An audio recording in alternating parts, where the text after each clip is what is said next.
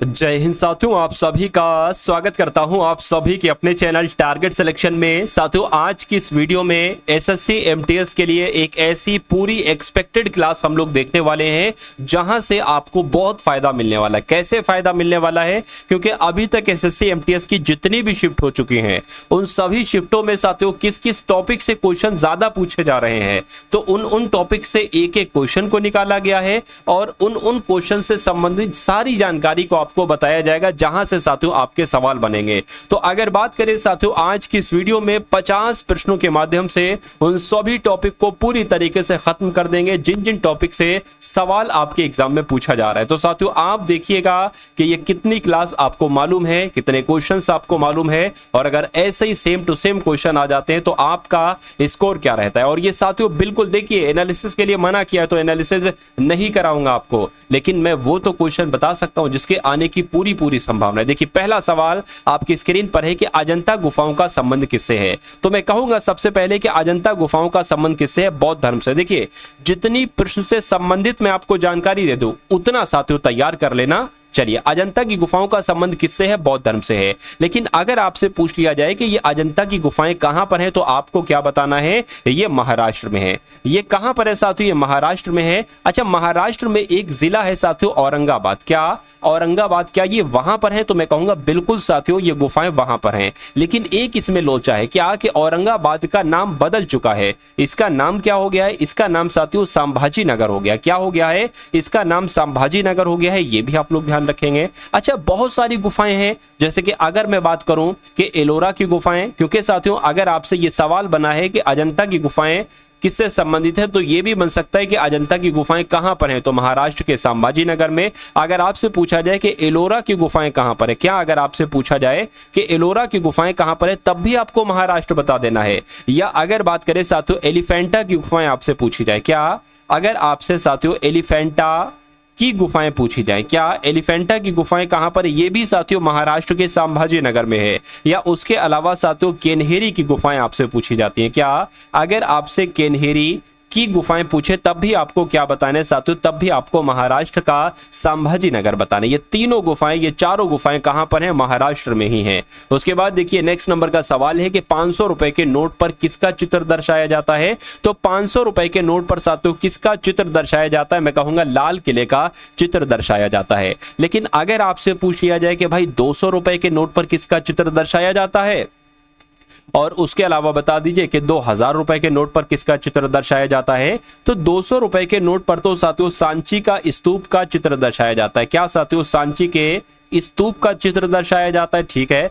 उसके अलावा अगर 2000 की बात करें तो मंगलयान का चित्र दर्शाया जाता है। क्या चित्र दर्शाया जाता है? मंगलयान का चित्र। तो यहां पर भी ये चीज भी आप लोग ध्यान रखेंगे। उसके बाद देखिए वायुमंडल में नाइट्रोजन की मात्रा कितने प्रतिशत होती है। देखिए एसएससी एमटीएस की अगर बात करें, ये एग्जाम आपके लिए पास करना तो बहुत आसान हो जाएगा। मैं आपको उस मुकाम तक पहुंचा दूंगा। बस आपको करना क्या है कि अभी तक जब तक आपकी शिफ्ट नहीं है तब तक के लिए साथियों चैनल से आप लोग जुड़ जाइए, बिल्कुल टच में रहिए, सब कुछ आपको बता दूंगा जो क्वेश्चंस आपसे पूछे जाएंगे। वायुमंडल में नाइट्रोजन की मात्रा कितने प्रतिशत होती है? और ये सब एक्सपेक्टेड होगा क्योंकि बहुत सालों का अनुभव है, तो जो एक्सपेक्टेड होता है वही आ जाता है। वायुमंडल में नाइट्रोजन की मात्रा कितनी है? तो साथियों आप सभी लोग जानते हैं 78% है। लेकिन अगर आपसे पूछ लिया जाए कि वायुमंडल में ऑक्सीजन की मात्रा, क्या वायुमंडल में ऑक्सीजन की मात्रा कितनी है, तो आपको बताना है 21% है। ठीक है, कोई बात नहीं। अगर आपसे पूछ ले कि वायुमंडल में आर्गन की मात्रा क्या अगर क्वेश्चन को थोड़ा सा कठिन बनाना होता है तो ये आर्गन वगैरह पूछ लेता है, तो 0.93% है। ठीक है।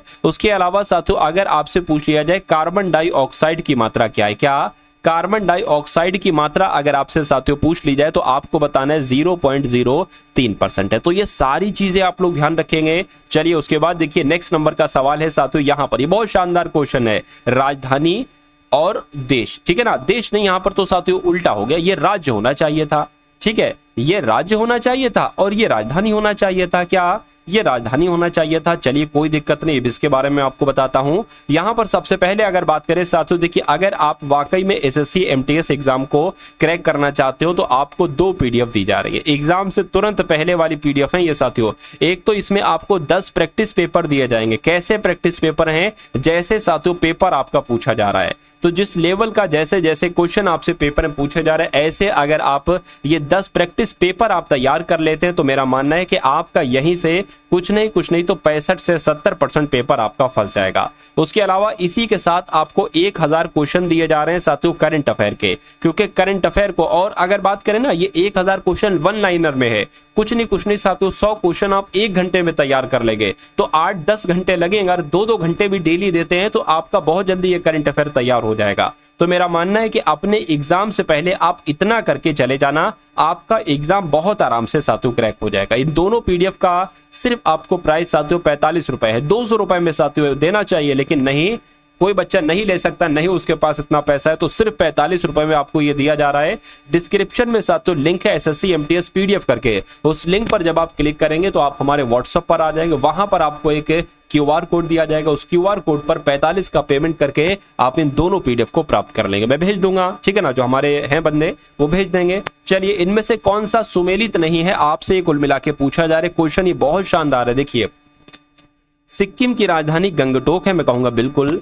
त्रिपुरा की राजधानी अगरतला है, मैं कहूंगा बिल्कुल। नागालैंड की राजधानी क्या भुवनेश्वर है? नहीं साथियों, नागालैंड की राजधानी तो कोहिमा है। क्या नागालैंड की राजधानी तो कोहिमा है साथियों। उसके अलावा भुवनेश्वर तो ओडिशा की राजधानी है। किसकी राजधानी है भुवनेश्वर? ओडिशा की राजधानी। और जयपुर की राजधानी, सॉरी, जयपुर कहाँ की राजधानी है? राजस्थान की। तो ये भी बिल्कुल सही, यानी कि आंसर आपका जो जाएगा इस क्वेश्चन का वो ऑप्शन नंबर सी के साथ जाएगा। उसके बाद देखिए, पहली किसान रेल कहां से कहां तक चलाई गई, मुझे बताइए। तो पहली किसान रेल जो थी ना साथियों, ये महाराष्ट्र से बिहार तक चलाई गई थी, महाराष्ट्र से बिहार तक चलाई गई थी। लेकिन अगर बात करें साथियों देवलाली से, कहां से? देवलाली से दानापुर तक चलाई गई थी, क्योंकि देवलाली महाराष्ट्र में है और दानापुर बिहार में है। उसके बाद देखिए, उत्तर प्रदेश में किस पक्षी विहार का नाम बदलकर चंद्रशेखर पक्षी विहार कर दिया गया? तो किसकी बात चल रही है साथियों? जो नवाबगंज पक्षी विहार है ना, इसका नाम बदलकर चंद्रशेखर पक्षी विहार कर दिया गया है, ये आप लोग ध्यान रखेंगे। और ये कहां पर है साथियों? ये यूपी में है।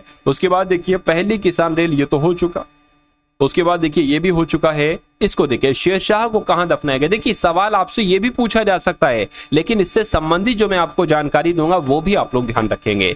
जैसे कि अगर हम बात करते हैं कि शेरशाह सूरी से संबंधित कौन कौन से सवाल बनते हैं, पहला एक मोस्ट इंपॉर्टेंट सवाल बनता है कि ग्रांड ट्रैंक रोड, क्या साथियों आपसे पूछा जाएगा, ग्रांड ट्रैंक रोड किसने बनवाई? तो आपको बताना है शेरशाह सूरी ने। अच्छा, ग्रांड ट्रैंक रोड को साथियों सड़क ए आजम भी कहा जाता है। क्या सड़क ए आजम भी कहा जाता है? ये आप सभी लोगों को मालूम होगा, ठीक है ना, सड़क ए आजम भी कहा जाता है। अगर आपसे पूछ लिया जाए कि ग्रांड ट्रैंक रोड को प्राचीन काल में क्या कहा जाता था, क्या अगर आपसे पूछ लिया जाए कि इसको प्राचीन काल में क्या कहा जाता था, तो इसको साथियों उत्तरापथ के नाम से जाना जाता था। किस नाम से? उत्तरापथ कहा जाता था सड़क ए आजम को, ठीक है, कोई दिक्कत नहीं। उसके बाद अगर आपसे पूछा जाए साथियों कबूलियत प्रथा किसने शुरू की थी, क्योंकि पूछा जाएगा आपके एग्जाम में, कबूलियत प्रथा किसने शुरू की थी? कबूलियत प्रथा आ जाए या पट्टा प्रथा आ जाए तो आपको शेरशाह सूरी ही बताना है, क्योंकि कबूलियत प्रथा भी और पट्टा प्रथा भी शेरशाह सूरी के द्वारा ही शासन शुरू की गई थी। उसके बाद एक और मोस्ट इंपॉर्टेंट क्वेश्चन है साथियों कि पाटलिपुत्र को नाम पटना किसने दिया? क्या अगर आपसे पूछा जाए कि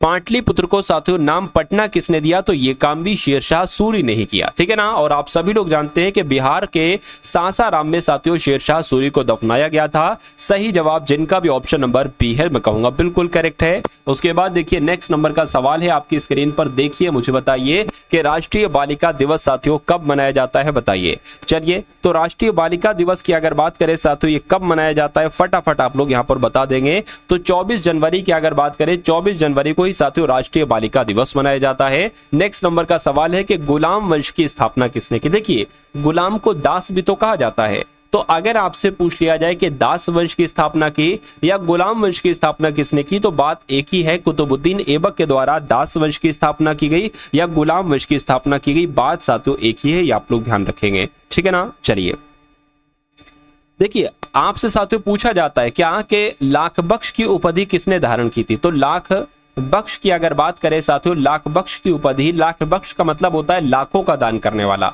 तो लाख बख्श की उपाधि कुतुबुद्दीन ऐबक ने ही साथियों की थी। ठीक है ना, ये भी आप लोग यहाँ पर ध्यान रखेंगे। उसके बाद देखिए शिव समुद्रम जलप्रपात साथियों किस नदी पर है, ये आपसे यहाँ पर पूछा जा रहा है। तो शिव समुद्रम जलप्रपात, ठीक है ना, कहाँ पर है, तो कावेरी नदी पर है, ये आप लोग ध्यान रखेंगे। अगर राज्य का नाम आपसे पूछे तो कर्नाटक आपको बता देना है। क्या आपको बता देना है, कर्नाटक आपको बता देना है। चलिए भाई, उसके बाद देखिए नेक्स्ट नंबर का सवाल है कि आर्य समाज के संस्थापक साथियों कौन थे, मुझे बताइए। अगर बात करें आर्य समाज की स्थापना कहां पर हुई थी साथियों, तो बंबई में इसकी स्थापना हुई थी। पहली बात कब इसकी स्थापना हुई थी, 1875 में हुई थी। और अगर पूछे किसके द्वारा की गई थी, तो दयानंद सरस्वती के द्वारा की गई थी। इतनी बात आप लोग ध्यान रखना है साथियों। अगर आपने अभी तक इस वीडियो को लाइक नहीं किया है तो तुरंत साथियों वीडियो को लाइक कर दीजिए। और अगर आप लोग चैनल पर नए हैं और आप सिलेक्शन लेना चाहते हैं और चैनल को अभी तक सब्सक्राइब नहीं किया है तो चैनल को तुरंत साथियों सब्सक्राइब कर दीजिए, क्योंकि मैं आपको एमटीएस के लिए ऐसा कंटेंट साथियों दे रहा हूं जो आपको आपके एग्जाम में डायरेक्ट आपको देखने को मिलेगा। जीएस और इंग्लिश आपकी बहुत इंपॉर्टेंट है, ठीक है ना। चलिए, तो कंप्यूटर चिप साथियों किस धातु की बनी होती है, ये आप सभी लोगों को मालूम होना चाहिए। ये साथियों सिलिकॉन की बनी होती है। किसकी बनी होती है, सिलिकॉन की बनी होती है। अच्छा, उसके बाद अगर यहां पर हम लोग बात करें, कुछ सवाल आपसे पूछे जाते हैं। आपसे पूछा जाता है, क्या आपसे पूछा जाता है कि एक बाइट में कितने बिट होते हैं, क्या एक बाइट में कितने बिट होते हैं, तो आप लोग ध्यान रखेंगे 8 बिट होते हैं। ये पहला सवाल बनता है आपसे। उसके अलावा अगर आपसे पूछा जाए कि एक केबी की बात करें, या केबी को किलोबाइट भी कह सकते हैं, एक केबी में साथियों कितने बाइट होते हैं, तो मैं कहूंगा 1024 बाइट होते हैं। क्या 1024 बाइट होते हैं, आप लोग ध्यान रखेंगे। एक एमबी की अगर बात करते हैं साथियों, एक एमबी में कितने केबी होते हैं, तो 1024 केबी होते हैं, आप लोग ध्यान रखेंगे। एक जीबी की अगर बात करते हैं साथियों, एक जीबी मतलब गीगाबाइट और एमबी मतलब मेगाबाइट, तो इसमें एक जीबी में साथियों 1024 एमबी होते हैं। क्या 1024 एमबी यानी कि 1024 मेगाबाइट होते हैं। और उसके बाद होता है साथियों एक टीबी। क्या एक टीबी को बोले तो टेराबाइट इसको कहते हैं। और एक टीबी में साथियों 1024 जीबी होते हैं। क्या 1024 जीबी होते हैं, आप लोग ध्यान रखेंगे। और इससे बड़ा होता है साथियों एक पीबी। क्या एक पीबी यानी कि एक पेटाबाइट। एक पेटाबाइट में साथियों 1024 क्या होते हैं, टीबी होते हैं, यानी कि टेराबाइट होते हैं। तो इतनी जानकारी आप लोगों को ध्यान रखना है। चलिए भाई, उसके बाद देखिए राष्ट्रपति को क्षमादान करने की शक्ति किस अनुच्छेद के तहत दी जाती है। देखिए, मुझे बताइए आपका सही जवाब क्या होगा। चलिए देखिए, एसएससी की अगर बात करें ना, तो एसएससी एमटीएस का एग्जाम एसएससी का सबसे छोटा एग्जाम है। तो इसको पास करना और सारे एसएससी के एग्जाम से सबसे आसान है, मैं कहूंगा। तो कुल मिला के साथियों देखिए, अगर आप रियल में तैयारी करना चाहते हैं, वाकई में तैयारी करना चाहते हैं, तो मेरी एक क्लास होती है जिसमें एक ही क्लास में मैं आपको साथियों जीएस के कितने क्वेश्चन कराता हूँ, 25 क्वेश्चन कराता हूँ। इंग्लिश के कितने क्वेश्चन कराता हूँ, 25 क्वेश्चन कराता हूँ। उसके बाद रीजनिंग के क्वेश्चन, मैथ के क्वेश्चन, यानी कि पूरा एक आपका एक्सपेक्टेड मॉडल पेपर साथियों होता है, ठीक है ना। जैसे पेपर पूरा पेपर आपसे पूछा जा रहा है ना, वैसे ही साथियों उसी लेवल का, उसी प्रकार का, उसी टाइप के क्वेश्चन का एक पूरा प्रैक्टिस पेपर आपका होता है। तो आप सभी लोग इस चैनल से जुड़ जाइए। इस चैनल से जुड़ जाएंगे साथियों, तभी तो वो आप मॉडल पेपर ले पाएंगे, तभी तो वो आपको साथियों वो एक्सपेक्टेड मॉडल पेपर आप सॉल्यूशन कर पाएंगे उसका, ठीक है ना। तो डेली ये वाली क्लास होती है, ये आप लोग देखा करिए। चलिए, तो राष्ट्रपति को क्षमादान करने की शक्ति साथियों कौन से अनुच्छेद के तहत दी गई है, तो अनुच्छेद 72 के तहत दी गई है। ये आप सभी लोगों को याद रखना है, ठीक है ना। उसके बाद देखिए अगला सवाल है कि निम्नलिखित में से कौन सा सुमेलित नहीं है। देखिए और बताइए कि इनमें से साथियों कौन सा सुमेलित नहीं है, बताइए। चलिए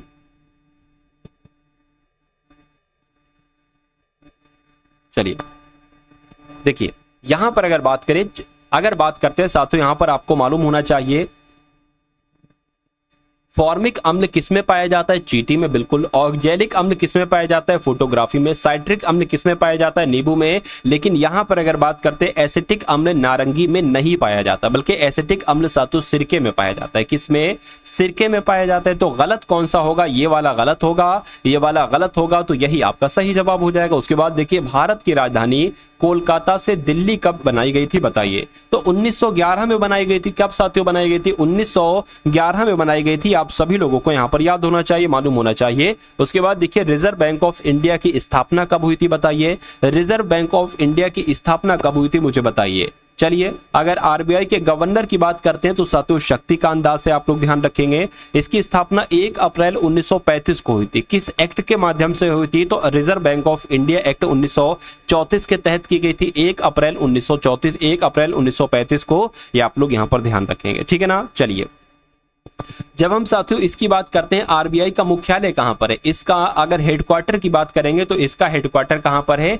इसका हेडक्वार्टर मुंबई में ही आपको मालूम होना चाहिए। चलिए, और आरबीआई जो होता है ना साथियों, बैंकों का बैंक होता है। नेक्स्ट नंबर का सवाल है आपकी स्क्रीन पर कि प्रसिद्ध कवि, शायर, संगीतकार अमीर खुसरो। तो अमीर खुसरो की बात चल रही, इनका जन्म उत्तर प्रदेश में तो हुआ था, लेकिन उत्तर प्रदेश के कहां पर इनका जन्म हुआ था ये आपसे पूछा जा रहा है। देखिए, सबसे पहला बात अगर मैं आपको बता दूं, अगर आपसे पूछा जाए सितार और तबले का जनक कौन है, क्या सितार या तबले का जनक कौन है, तो आपको अमीर खुसरो बताना है। क्या आपको बताना है साथियों? अमीर खुसरो आपको बताना है। इनके जन्म की अगर बात करते हैं साथियों, इनका जन्म एटा हम लोग लगा देंगे, एटा में इनका क्या हुआ था? जन्म हुआ था।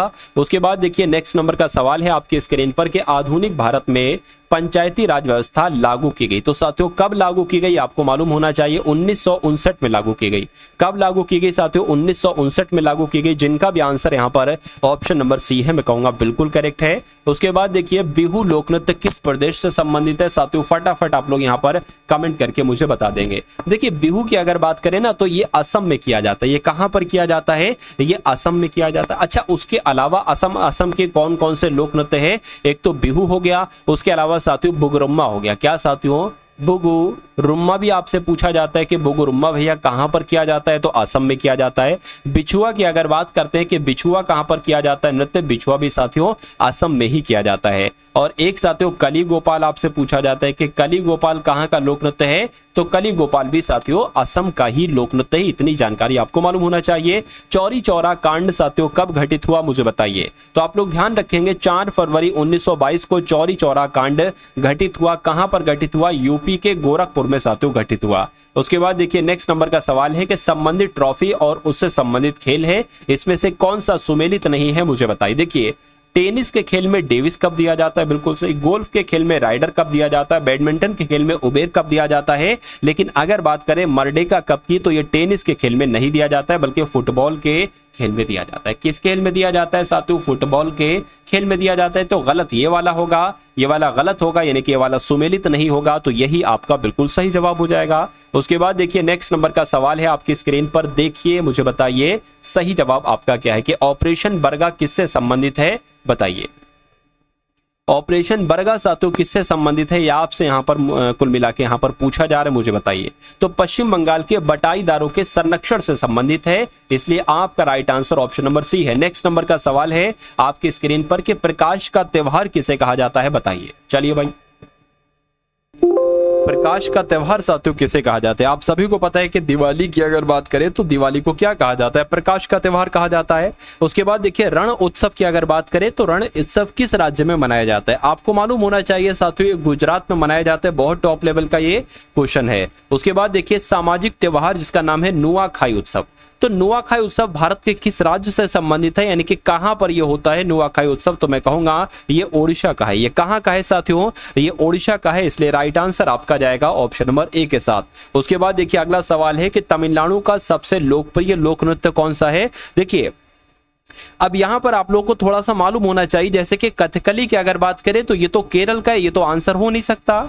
यक्षगान की अगर बात करें ये साथियों कर्नाटक का है, ये भी आंसर आपका नहीं हो सकता, ठीक है ना। उसके अलावा अगर बात करते हैं साथियों कोडियाटम, कोडियाटम की अगर बात करें मैंने आपको बताया था जिस किसी के अंत में अट्टम आ जाए वो साथियों केरल का नृत्य होता है, तो ये केरल का है। अब बचा क्या साथियों? कारगम बचा। तो मैं कह सकता हूं कि तमिलनाडु का जो लोक नृत्य है वो साथियों इसमें से कौन सा है? कारगम है। आंसर आपका जाएगा ऑप्शन नंबर ए के साथ। उसके बाद देखिए अगला सवाल है कि राखल लीला किस राज्य का लोक नृत्य है, मुझे बताइए। चलिए यहां पर अगर बात करें साथियों इस सवाल के जवाब की अगर बात करें तो आपको मालूम होना चाहिए ये असम का है। क्या राखल लीला लोक नृत्य कहां पर किया जाता है? असम में किया जाता है। अब अगर बात करते हैं साथियों मध्य प्रदेश में कौन कौन से किए जाते हैं, मां से मध्य प्रदेश और मां से मांच हो जाएगा। मांच नृत्य कहां किया जाता है? मध्य प्रदेश में। जावारा नृत्य कहां किया जाता है? जावारा नृत्य भी साथियों मध्य प्रदेश में ही किया जाता है, ठीक है ना। केरल की अगर बात करें साथियों कथकली है, मोहिनी अट्टम है, तो ये केरल में किया जाता है। और हरियाणा की अगर बात करें खेड़ा, क्या आप लोग ध्यान रखेंगे साथियों खेड़ा नृत्य और घोड़ा नृत्य, क्या खेड़ा नृत्य और घोड़ा नृत्य साथियों कहां पर किया जाता है? हरियाणा में ही किया जाता है। उसके बाद देखिए नेक्स्ट नंबर का सवाल है आपकी स्क्रीन पर कि परिचकली इनमें से किस प्रदेश का लोकप्रिय नृत्य है? बताइए। परिचकली की यहां पर बात की गई है, फटाफट साथियों आप लोग आंसर दीजिए। देखिए कर्नाटक की अगर बात करें, यक्षगान मैं आपको बता चुका हूं। उसके अलावा साथियों डोलू कुनिथा बहुत पूछा जाता है। क्या अगर आपसे पूछा जाए साथियों डोलू कुनिथा, क्या डोलू कुनिथा कहाँ का है साथियों? तो ये आपका कर्नाटक का है, आप लोग ध्यान रखेंगे। आंध्र प्रदेश की अगर बात करें साथियों, आंध्र प्रदेश में एक नृत्य किया जाता है मथुरी, जिसका नाम है, ये बहुत पूछा जाता है। तो मथुरी कहाँ का है साथियों? आंध्र प्रदेश का है। तमिलनाडु की अगर बात करते हैं साथियों, कुंभी नृत्य कहाँ का है? तो कुंभी नृत्य आपका तमिलनाडु का है। अगर बात करते हैं परिचकली नृत्य कहाँ पर किया जाता है, तो ये साथियों लक्षद्वीप में किया जाता है। ये आप सभी लोग यहाँ पर याद रखेंगे। उसके बाद देखिए अगला सवाल है कि भारत की पहली राष्ट्रीय संगीत नृत्य एवं नाटक अकादमी कहाँ पर है? तो अगर देखिए कहाँ पर है ये नहीं पूछा जा रहा है कि इसका नाम क्या है, तो संगीत नाटक अकेडमी इसका नाम है। इसका नाम क्या है साथियों? संगीत नाटक अकेडमी इसका नाम है। ये आप सभी लोगों को यहाँ पर क्या होना चाहिए साथियों? आप सभी लोगों को यहाँ पर मालूम होना चाहिए। चलिए इसका मुख्यालय कहाँ पर है? ठीक है ना, नई दिल्ली में है। क्या कहाँ पर है साथियों? नई दिल्ली में है, ये भी आप लोग याद रखेंगे। उसके बाद देखिए नेक्स्ट नंबर का सवाल है कि भारत की गजल क्वीन किसे कहा जाता है? बताइए। भारत की गजल क्वीन है जिसे 1975 में पद्म भूषण पुरस्कार से सम्मानित किया गया था। तो किनकी बात चल रही है? बेगम अख्तर जी की बात चल रही है। बेगम अख्तर जी को भारत की गजल क्वीन कहा जाता है। उसके बाद देखिए उस्ताद अमजद अली खान निम्नलिखित में से किस वाद्य यंत्र के वादक थे? मुझे बताइए फटाफट, आपका आंसर क्या होगा? देखिए एक संतूर वादक है जो बहुत आपसे पूछे जाते हैं कि शिव कुमार शर्मा की अगर बात करते हैं साथियों, ये तो संतूर वादक हैं। उस्ताद बिस्मिल्लाह खां की अगर बात करते हैं साथियों, क्या बिस्मिल्लाह खां की अगर बात करते हैं साथियों, ये आपके शहनाई वादक हो जाएंगे, ठीक है ना। और अमजद अली खां की अगर बात करें तो ये साथियों सरोद वादक हो जाएंगे। ये आप सभी लोग यहाँ पर ध्यान रखेंगे। और एक और नाम आप लोग ध्यान रखेंगे साथियों, हरिप्रसाद चौरसिया का। क्या हरिप्रसाद चौरसिया की अगर बात करते हैं तो ये बांसुरी वादक है। इतनी जानकारी आपको मालूम होना चाहिए। उसके बाद देखिए अगले नंबर का सवाल है आपकी स्क्रीन पर कि मधुबनी कला किस भारतीय राज्य से संबंधित है? तो ये साथियों बिहार में की है। बिहार से संबंधित है, इसलिए राइट आंसर आपका सी हो जाता है। दुल्हनों द्वारा पहनी जाने वाली मोट लोई, ठीक है ना, मोट लोई पटलोई पोशाक किस राज्य से संबंधित है? तो ये किस राज्य से संबंधित है? ये साथियों मणिपुर से संबंधित है। आप सभी लोगों को यहाँ पर मालूम होना चाहिए। उसके बाद देखिए वह कपड़ा कौन सा है जिसे भारत के स्वतंत्रता संग्राम के प्रतीक होने का गौरव प्राप्त है? क्वेश्चन बहुत इंपॉर्टेंट है साथियों। खादी है, रेशम है, ऊन है या पॉलिएस्टर है? तो मैं कहूंगा वह कपड़ा कौन सा है? तो खादी वो कपड़ा है जिसे भारत के स्वतंत्रता संग्राम के प्रतीक होने का गौरव प्राप्त है। नेक्स्ट नंबर का सवाल है कि घरों के बाहर फर्श को सजाने के लिए कला की निम्न में से किस शैली का उपयोग किया जाता है? तो साथियों कोलम शैली का इस्तेमाल किया जाता है। यानी कि घरों के बाहर फर्श को सजाने के लिए कला की कोलम शैली का प्रयोग किया जाता है। ये आप सभी लोगों को मालूम होना चाहिए। उसके बाद देखिए चेरियल चित्रकला की एक शैली, यानी कि चित्रकला की एक शैली है चेरियल, जो हाल फिलहाल में सुर्खियों में रही है। ये किस राज्य से संबंधित है? तो अगर बात करिए किस राज्य से संबंधित है, ये साथियों तेलंगाना से संबंधित। देखिए सवाल आपसे ये पूछा गया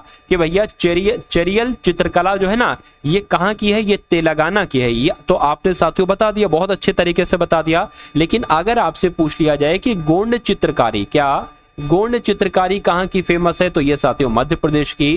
गोंड चित्रकला कहाँ की फेमस है साथियों? मध्य प्रदेश की, आप लोग ध्यान रखेंगे। उसके अलावा कलमकारी चित्रकला आपसे पूछे, क्या अगर आपसे पूछे साथियों, क्या पूछे कलमकारी चित्रकला कहाँ की प्रसिद्ध है? तो आप लोग ध्यान रखेंगे ये आंध्र प्रदेश में की जाती है। ये कहाँ पर कलमकारी चित्रकला कहाँ पर की जाती है? आंध्र प्रदेश में की जाती है। ये आप सभी लोग साथियों यहाँ पर क्या रखेंगे? आप लोग यहाँ पर ध्यान रखेंगे। चलिए उसके बाद देखिए अगला सवाल है कि निम्नलिखित में से राजा राममोहन राय के द्वारा कौन सी पुस्तक लिखी गई थी? तो राजा राममोहन राय के द्वारा साथियों गिफ्ट टू मोनोथिस्ट नाम की एक पुस्तक थी। गिफ्ट टू मोनोथिस्ट नाम की पुस्तक राजा राममोहन राय के द्वारा ही लिखी गई थी।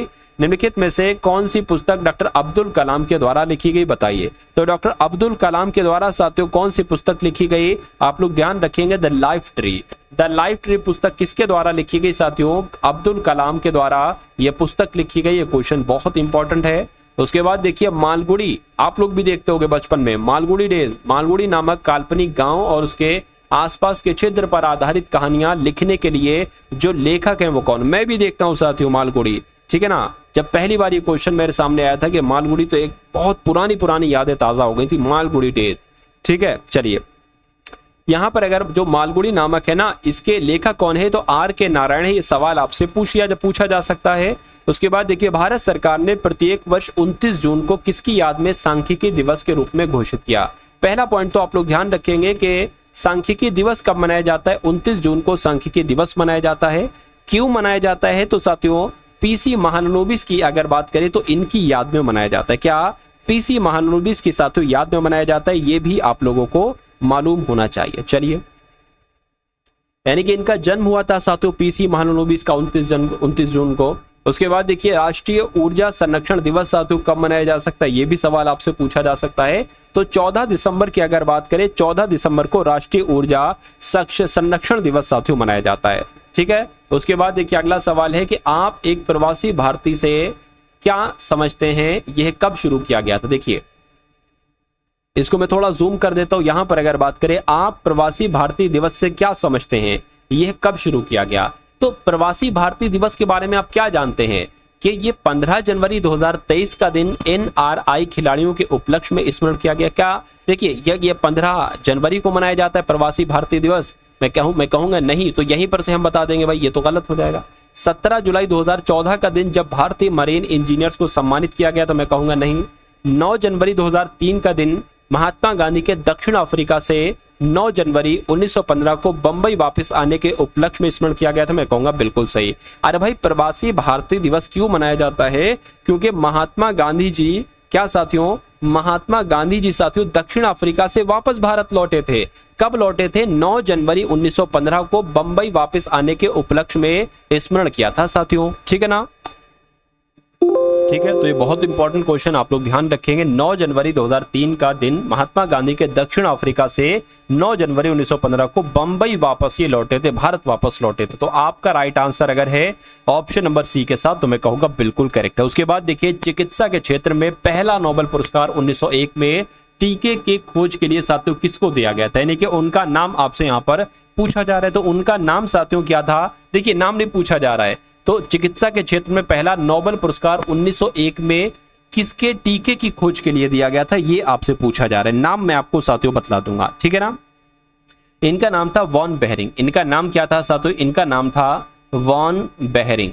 तो वॉन बेहरिंग की अगर बात करते हैं साथियों, तो इनको डिप्थीरिया के टीके के लिए दिया गया था। डिप्थीरिया के टीके की इन्होंने खोज की थी, इसलिए इनको चिकित्सा के क्षेत्र में नोबेल पुरस्कार दिया गया था। उसके बाद देखिए, अगला सवाल है आपकी स्क्रीन पर कि 24 दिसंबर 2014 को भारत के सर्वोच्च नागरिक पुरस्कार भारत रत्न से किसको सम्मानित किया गया था? तो किसको किया गया था साथियों? मदन मोहन मालवीय को किया गया था।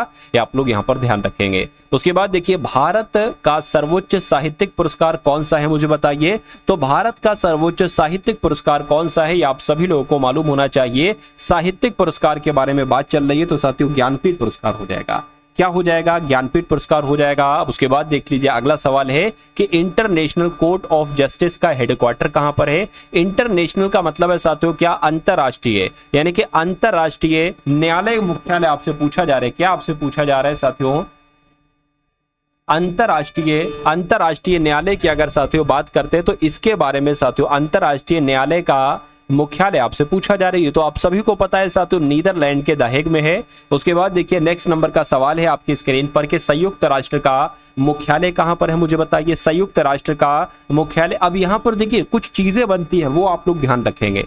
अगर बात करते हैं साथियों, क्या हम बात करते हैं कि लंदन में किसका मुख्यालय है, तो आप लोग ध्यान रखेंगे राष्ट्रमंडल की अगर बात करते हैं, क्या राष्ट्रमंडल यानी कि कॉमनवेल्थ का मुख्यालय कहां पर है, तो लंदन में है, ठीक है ना। ठीक है, अगर न्यूयॉर्क सिटी की हम बात करते हैं, तो न्यूयॉर्क सिटी में साथियों किसका मुख्यालय है? साथियों यूनाइटेड नेशन का मुख्यालय है, यानी कि संयुक्त राष्ट्र का मुख्यालय है। जेनेवा की अगर बात करते हैं साथियों, तो जेनेवा में साथियों WHO का मुख्यालय, यानी कि वर्ल्ड हेल्थ ऑर्गेनाइजेशन, या कह सकते हैं विश्व स्वास्थ्य संगठन। क्या साथियों, अगर हम बात करें या आपसे पूछा जाए कि विश्व स्वास्थ्य संगठन का मुख्यालय कहां पर है, क्या विश्व स्वास्थ्य संगठन का मुख्यालय कहां पर है, तो जेनेवा में आपको बताना है। ठीक है, इतनी जानकारी साथियों आपको मालूम होना चाहिए। और अगर वर्ल्ड बैंक की बात करें या विश्व बैंक की अगर बात करें, विश्व बैंक की अगर बात करते हैं साथियों, विश्व बैंक का मुख्यालय कहां पर है? वॉशिंगटन डीसी में है। ये भी आप लोग यहां पर ध्यान रखेंगे भाई। बहुत बढ़िया, वेरी गुड क्लास। तो कैसी लगी साथियों आपको ये क्लास, एक बार कमेंट सेक्शन में आप लोग जरूर बताएंगे। इस वीडियो को अगर आपने लाइक ना किया हो तो वीडियो को लाइक कर दीजिएगा। चैनल पर अगर नए हैं, चैनल को साथियों जरूर आप लोग सब्सक्राइब कर दीजिएगा। और जिस पीडीएफ का साथियों मैंने जिक्र किया था एसएससी एमटीएस 2024 के लिए, अंतिम समय में अंतिम प्रहार वाली वीडियो है साथियों, पीडीएफ है। मेरा मानना है कि 65 से तकरीबन 70% आपको पेपर यहीं से देखने को मिलेगा। सिर्फ 45 रुपए की ये पीडीएफ है। और अगर बात करें, सभी सब्जेक्ट हैं इसमें, पूरा मॉडल पेपर है, सबका सॉल्यूशन है, क्वेश्चन होगा उसके नीचे सॉल्यूशन होगा, ऐसे करके है। और करंट अफेयर की भी पीडीएफ है। ये दोनों पीडीएफ सिर्फ 45 रुपए में आप ले सकते हैं। डिस्क्रिप्शन में लिंक है एसएससी एमटीएस पीडीएफ करके, उस लिंक पर जब आप क्लिक करेंगे तो आपको एक क्यूआर कोड दिया जाएगा, बार कोड दिया जाएगा, उस पर 45 का पेमेंट करके जब आप बताएंगे भाई पेमेंट हो गया है, तो आपको वो पीडीएफ साथियों क्या भेज दी जाएगी। ठीक है ना। तो इस वीडियो को अपने 2-4 मित्रों के साथ शेयर कीजिएगा। डिस्क्रिप्शन में एसएससी एमटीएस प्लेलिस्ट का लिंक है, उस प्लेलिस्ट पर जब आप क्लिक करेंगे तो आपके सामने एक वीडियोस वाली लिस्ट ओपन हो जाएगी। उन सभी वीडियोस को एक एक करके ओपन कर लेना और ओपन करके साथियों सभी क्वेश्चंस को समझ लेना, ध्यान से देख लेना। पेपर आपका वहीं से पूछा जाएगा। तो चैनल पर नए हैं, चैनल को सब्सक्राइब करके बेल आइकन पर क्लिक कीजिएगा। मिलते हैं हम सभी लोग आने वाली वीडियो में। जय हिंद साथियों।